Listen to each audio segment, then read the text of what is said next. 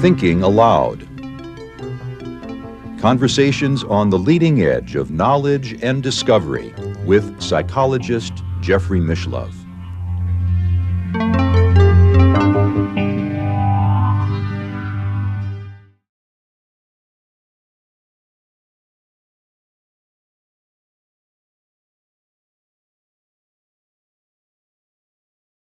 Incarnation here on the earth plane is a process of spiritual growth or of psychological growth, and certainly minimally physical growth. Yes. That process of learning and growing continues. Yes, it seems, best I can tell, after my brother's death, again, we had some immediate contact. Now, 20 years later, I wondered, the event of his suicide shifted my life dramatically. It became my life's work to figure out how could a good man, hardworking and such, still not achieve success. And so I've done a lot of work in the abundance field. That's where inner Vegas and liquid luck come in. Yeah. And so I knew it affected me for the last 20 years, a big journey. I wondered what had happened to him. And so I began contact with the initial channeler, Pam Hogan, that I had worked with before. And she thought this might be an interesting project. So we had several sessions scheduled where we connected with Pete and her own guides to say what happens after death, particularly with suicide, but it applies to other events as well.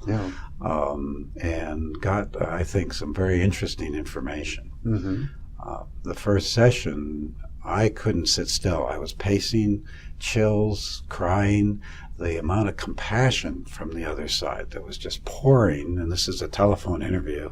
No, but this is relatively close to his actual death. No, this is 20 years later. This is 20 years later, a few months ago. All right, so you're still filled with emotion. Well, the compassion that was conveyed that, with everybody met on the other side, regardless, all death leads to light, was their message.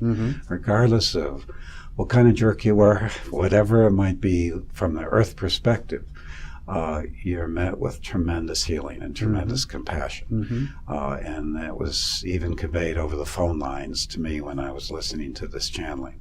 She was weeping as well.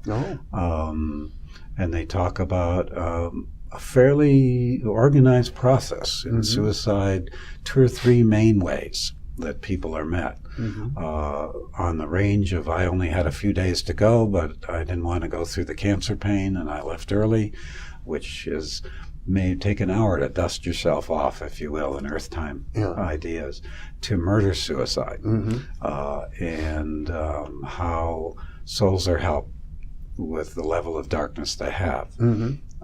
And so I found that very fascinating, that they talked about 3 main ways we try to help folks with that kind of transition.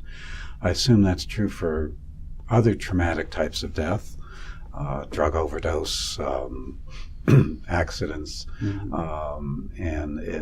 but one of the huge things was the amount of compassion, the no judgment. There did seem to be this life review that is often talked about in the near-death experience literature. But in the case of suicide or that type of trauma, often they talked about putting the person almost into a coma-like state, so they had very little consciousness, and beginning to psychically work with them to heal wounds before waking them up. At that point, they might be in a kind of a movie theater setting, review their life, and then review what if they had stayed. But without judgment, with tremendous compassion around. And so people don't escape things by suicide, but they're not judged and thrown into hell.